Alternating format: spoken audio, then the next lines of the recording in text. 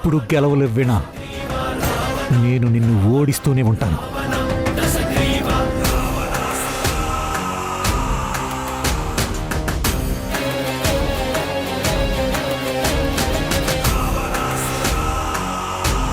ఇప్పుడు ఆనందంగా ఉందా?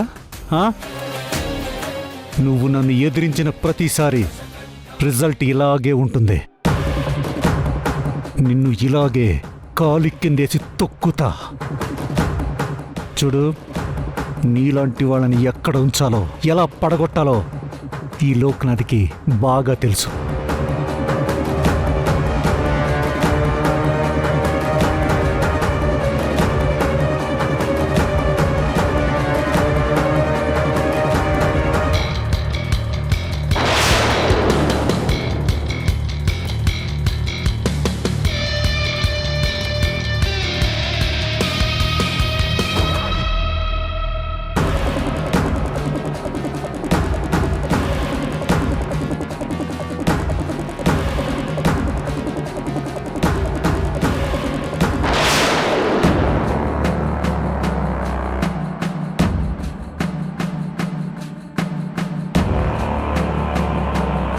ఇదంతా నువ్వు రాసిన స్క్రిప్ట్ అనుకుంటున్నావా? నేనేమనుకుంటున్నానో అదే జరుగుతుంది. లోక్నాథ్ చేత నా ప్రోడక్ట్ కొనిపించాలనుకున్నాను, అనుకున్నట్టుగానే కొనిపించాను.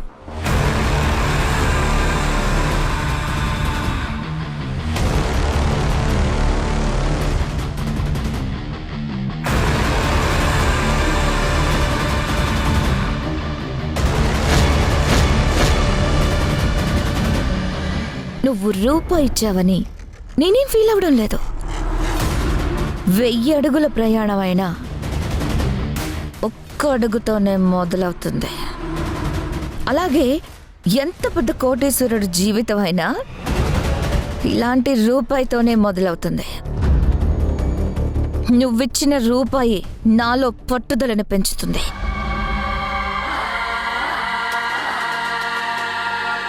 ఇక నుంచి ఈ రూపాయి నా దగ్గరే ఉంటుంది. దీన్ని చూసినప్పుడల్లా నాలో కసి పెరుగుతుంది. ఈ పోరాటంలో నేనే గెలుస్తాను.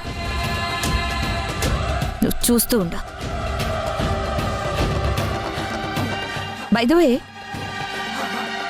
నువ్వు కాల్చింది నా సొమ్ము అనుకుంటున్నావా? దాన్ని నీకు అమ్మేశాక అది నీ వస్తువే. దాంతో నాకే సంబంధం లేదు.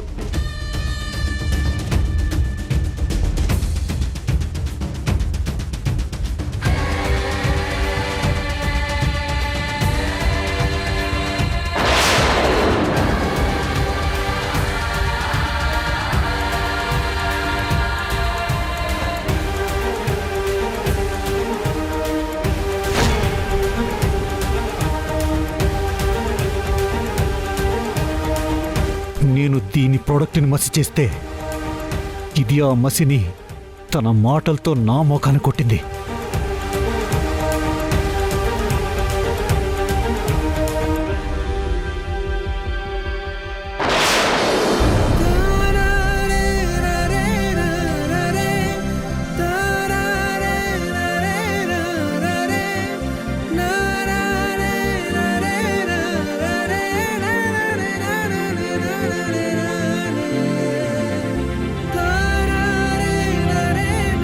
ఏం చేస్తున్నావు వేద?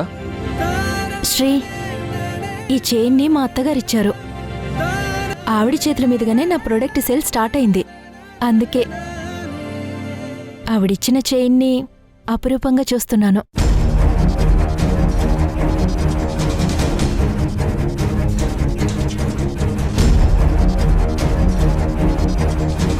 ఏమైంది శ్రీ? ఎందుకు అలా ఉన్నావు? వేద, నువ్వేం చేస్తున్నావో నీకు అర్థమవుతుందా? ఆవిడ గారితో ఫస్ట్ ప్రోడక్ట్ కొనిపించడమే నాకు నచ్చలేదు. ఇప్పుడు ఆవిడ గారు ఇచ్చిన చైన్ని కూడా జాగ్రత్తగా చూస్తున్నాం. అందులో తప్పేముంది శ్రీ? ఆవిడ మనసు మంచిది. ఆవిడ బోణీ చేయడం వల్ల నా బిజినెస్ డెవలప్ అవుతుందని, నెక్స్ట్ లెవెల్కి తీసుకెళ్లగలనని నాకు నమ్మకం ఉంది. అనవసరంగా ఆవిడ్ని దేవతని చేయకు. ఆవిడెప్పుడు నీ మంచి నా మంచి కోరదు. అదంతా నీ భ్రమ. శ్రీ, కొన్నిసార్లు మంచి చెడుగా చెడు మంచిగా కనబడుతుంది. ఏది మంచో ఏది చెడో కళ్ళతో చూసి గుర్తుపట్టలేం, మనసుతోనే గుర్తుపట్టగలం. నువ్వు పైకి కనిపించేదంతా నిజమనుకుంటున్నావు. నేను చెప్పేది కూడా అదే వేద. ఆవిడ పైకి ప్రవర్తించే పద్ధతి వేరు, లోపల ఉన్నది వేరు. శ్రీ, ఇంటికి పెద్దదానిగా ఆవిడ అందర్నీ సమానంగా చూస్తుంది. ఎవరు తప్పు చేసినా మందలిస్తుంది, ఎవరు మంచి పని చేసినా మెచ్చుకుంటుంది. నువ్వు ఆవిడని అపార్థం చేసుకుంటున్నావు శ్రీ. లేదు, నువ్వే ఆవిడ్ని నెత్తిన పెట్టుకుంటున్నావు. తను కొంటే నీ బిజినెస్ నిలబడ్డం కాదు, పడిపోతుందని నాకు అనిపిస్తుంది. శ్రీ ప్లీజ్, అలాంటి మాటలు మాట్లాడుకో. శుభమా అని బిజినెస్ మొదలు పెట్టాం, ఇప్పుడు ఈ అశుభమైన మాటలు ఎందుకు? నువ్వు ఆవిడ గారిని ఆఫీస్కి పిలిచి ఆవిడ చేత్తో నీ ప్రోడక్ట్ని కొనిపించడమే అశుభమైన పని. అంతకు మించిన అశుభం నీ లైఫ్లో ఏదీ ఉండదు. శ్రీ, నువ్వు అత్తయ్య మీద కోపంతో నాకు శాపనార్థాలు పెడుతున్నావు. Please stop it. నేను ప్రత్యేకంగా శపించేది ఏమీ లేదు వేద. భస్మాసురుడు తన నెత్తి మీద తనే చెయ్యి పెట్టుకున్నట్టు నీకు నువ్వే అశుభం కోరుకున్నావు. అలా ఎందుకు అనుకుంటున్నావు శ్రీ? నేను చేసిన పని నీకు తప్పనిపించుండొచ్చు, అంత మాత్రాన దానివల్ల చెడు జరగాలని ఏం లేదు కదా. నేను కష్టపడి పనిచేసి నా ప్రాజెక్ట్ని నిలబెట్టుకుంటాను. అత్తయ్య చెయ్యి మంచిదని నేను ప్రూవ్ చేస్తాను. వేదా, తప్పుగా స్టార్ట్ చేసిన సరైన పని కూడా ఒక్కోసారి రివర్స్ అవుతుంది. నువ్వు స్టార్టింగ్లోనే రాంగ్ స్టెప్ వేసావు. ఇది నీకు జీవితాంతం గుర్తుపెట్టుకునే పాఠం అవుతుంది.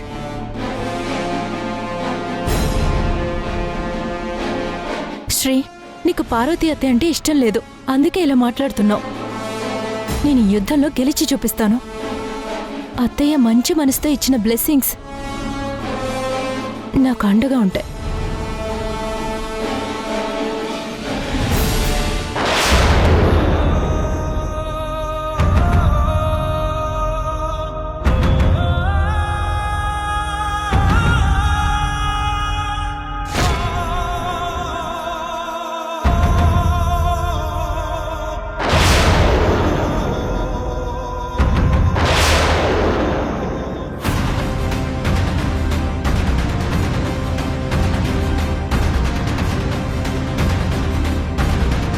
మరోలా అనుకోకు వీణా, నేను మీ అత్తయ్యలాగా హారాలు ఇవ్వలేను. నాకు అలాంటి అలవాటు కూడా లేదు.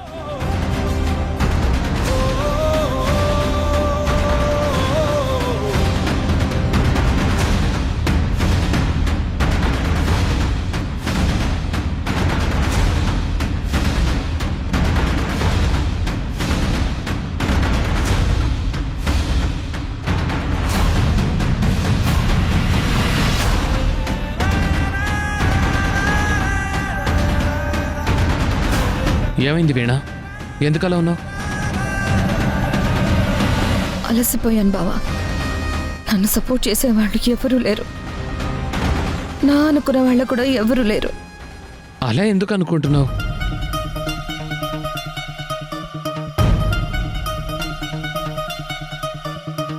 అనుకోవడం లేదు బావా, చూస్తున్నాను. నీతో సహా నా వైపు ఎవ్వరూ లేరు.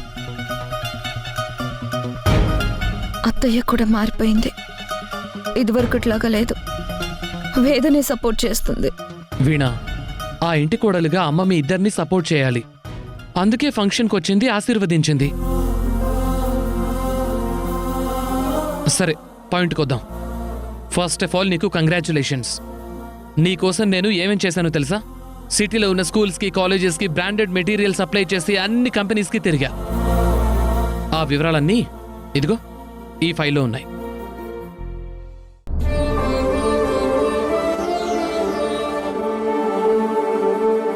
ఇక వాళ్ళకి మన శాంపిల్స్ చూపించి ఆర్డర్ తీసుకోవడమే. థ్యాంక్ యూ బావా, థ్యాంక్ యూ వెరీ మచ్. ఇప్పుడేగా నేను సాయం చేయలేదని అలిగావు. అలగడం నా హక్కు బావా, ఓదార్చడం మీ బాధ్యత. అయినా నువ్వే నా నమ్మకం. నేను ఎప్పుడు ప్రాబ్లమ్స్లో ఇరుక్కున్నా నిన్నే తలుచుకుంటాను. ఎందుకో తెలుసా, నువ్వు చాలా కాలం క్రితం నాకు ఒక మాట చెప్పావు. నేను చిన్నదాన్ని, నాకంటే ప్రాబ్లం పెద్దది అని ఎప్పుడూ అనుకోకూడదు. సరిగ్గా హ్యాండిల్ చేస్తే ప్రాబ్లం నీకంటే చాలా చిన్నదవుతుంది అన్నావు.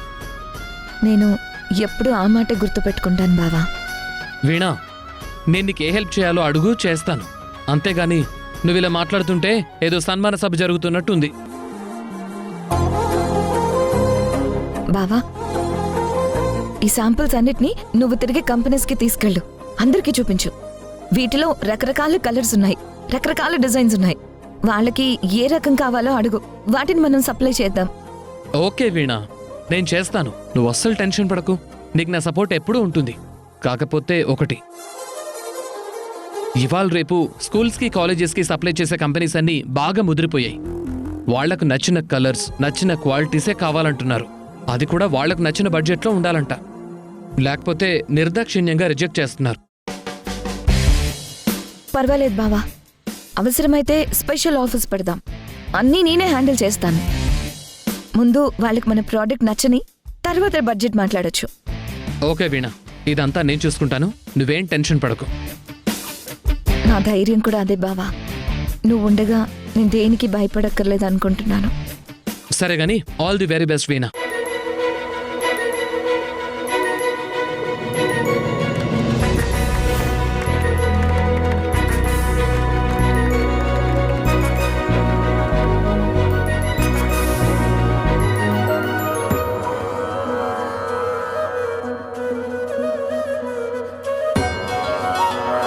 సరే మరైతే బయలుదేరుతాను.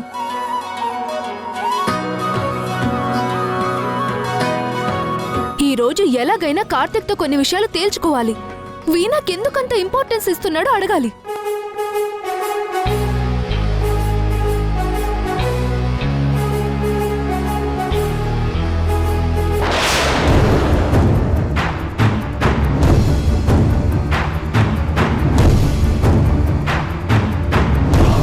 ఏంటి మాలిని ఇది? చూసుకోవద్దా? కింద పడితే ఏమవుతుంది కార్తిక్? అవేమైనా పాడయ్యే వస్తువులా? అవి పాడవుతాయా లేదా అనేది క్వశ్చన్ కాదు ఇక్కడ మాలిని. అది సెంటిమెంట్కి సంబంధించింది. శుభమాని బిజినెస్ శాంపిల్స్ తీసుకెళ్తుంటే నువ్వు వాటిని నేలపాలు చేసావు. అసలు నీ కామన్ సెన్స్ అనేదే లేదా? అది కాదు కార్తిక్, నీతో ఒక విషయం మాట్లాడదామని వస్తున్నాను. నువ్వే ఈ మెటీరియల్ గోలలో పడి నాకు డాష్ ఇచ్చావు, పైగా నన్నే బ్లేమ్ చేస్తున్నావు. ఆప్తావా?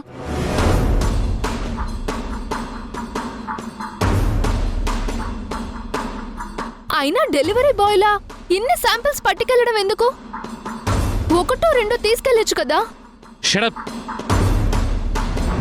మన దగ్గరున్న శాంపిల్స్ అన్ని చూపిస్తేనే బయ్యర్స్ ఆర్డర్స్ ఇస్తారు. అయినా మన పని మనం చేసుకుంటే తప్పే ఉంది. అయినా నువ్వెందుకు నాకెదురొచ్చావు? చెప్పాను కదా కార్తీక్, నీతో మాట్లాడాలనే వచ్చానని. ఎప్పుడు ఏదో ఒక పనిలో ఉంటావు, నీతో మాట్లాడడానికే కుదరడం లేదు. ఏం మాట్లాడతావు? నువ్వేం మాట్లాడాలన్నా ఏదో పనికిరాని మ్యాటర్ అయి ఉంటుంది. Senseless fellow.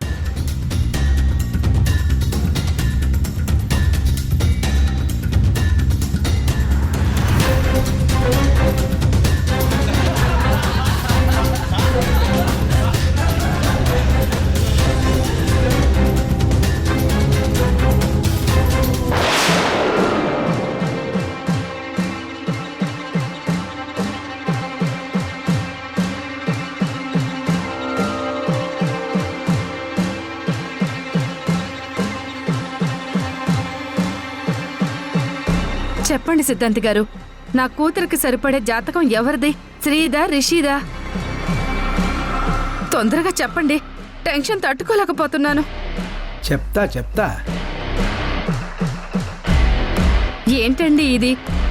కాఫీలో పడ్డ ఏగు కోసం వెతికినట్టు వెతుకుతున్నారు. నా మీనాక్షికి ఎవరి జాతకం సరిపోతుందో త్వరగా చెప్పండి. అది తెలుసుకోవాలంటే ముందు అసలు జాతకం అంటే ఏంటో తెలుసుకోవాలి. అబ్బా, అదంతా పక్కన పెట్టండి. ముందు నా కూతురికి ఎవరు సూట్ అవుతారో చెప్పండి. అమ్మో, ఈవిడి గారికి పిచ్చెక్కినట్టుంది. త్వరగా చెప్పకపోతే నా పీక కోరికి చంపేసేలా ఉంది. నేను చాలా లెక్కలు వేశాను. ఎన్ని లెక్కలు వేసినా ఒకరి పేరే వస్తోంది.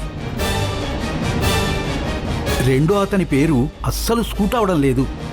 అతన్ని చేసుకుంటే చాలా అరిష్టం, ఇతన్ని చేసుకుంటే అదృష్టం. అదెవరి జాతకం సిద్ధాంతి గారు?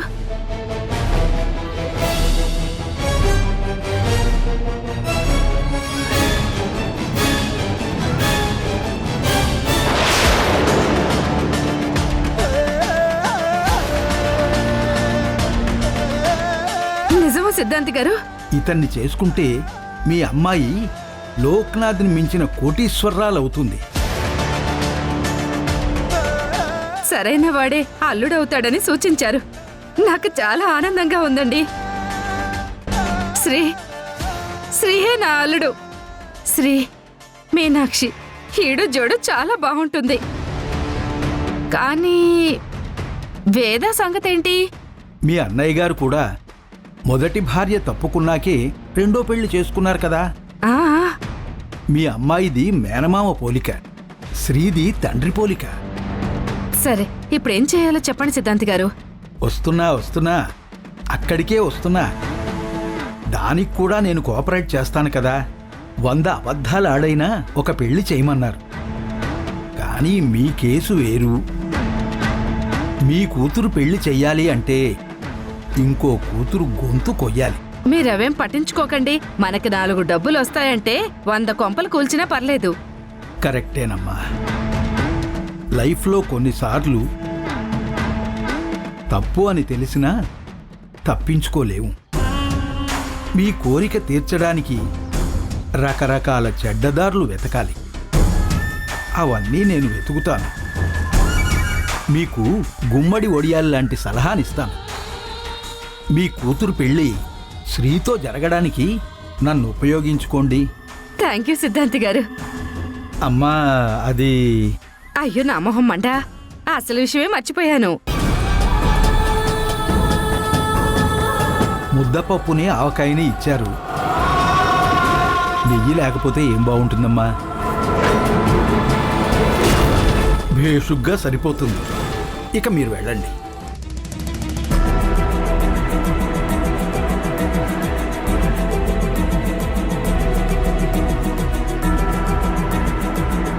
వెళ్ళొస్తాను సిద్ధాంతి గారు.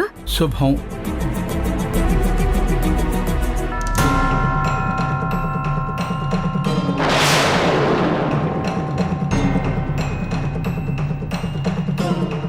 బాగుంది.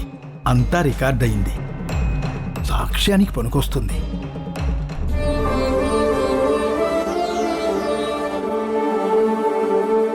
వేద ఏమైంది? హే, నువ్వు వడ్డిస్తున్నావు ఏంటి? వేద మేడం ఎక్కడ? వేద మేడం రానన్నారు సార్. మిమ్మల్నే భోంచేసేయమన్నారు. వేద రాకపోవడం ఏంటి? ఏమైంది? వేదా, వేదా!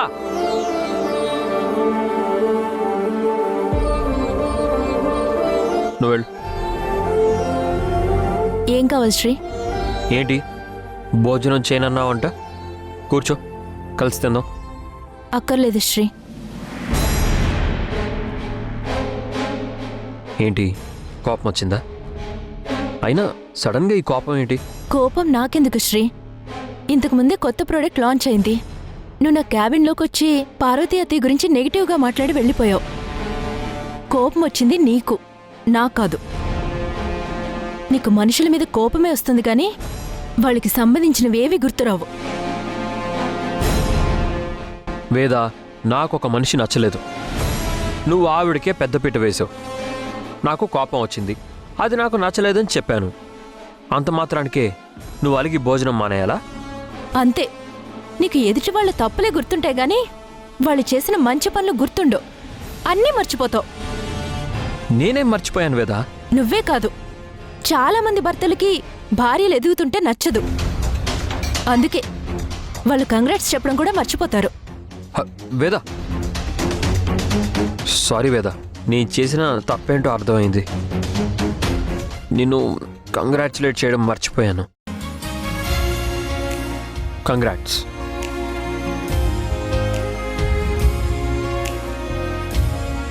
నీ కొత్త ప్రోడక్ట్ గ్రాండ్గా సక్సెస్ అవ్వాలని, నువ్వు బిజినెస్లోనే కాదు లైఫ్లో కూడా ఎంతో ఎత్తుకు ఎదగాలని కోరుకుంటున్నాను. It's your loving husband. నీ కంగ్రాచులేషన్స్ ఏవి నాకు అవసరం లేదు.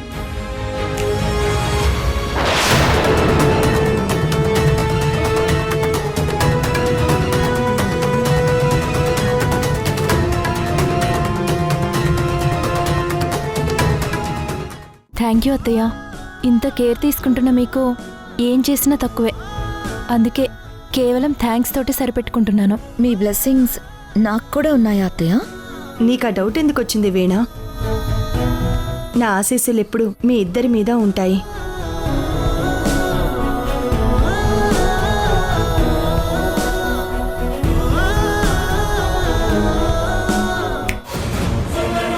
మా అత్తయ్య కోరిన కోరికలన్నీ నెరవేరాలని మనస్ఫూర్తిగా దేవుణ్ణి కోరుకుంటున్నాను.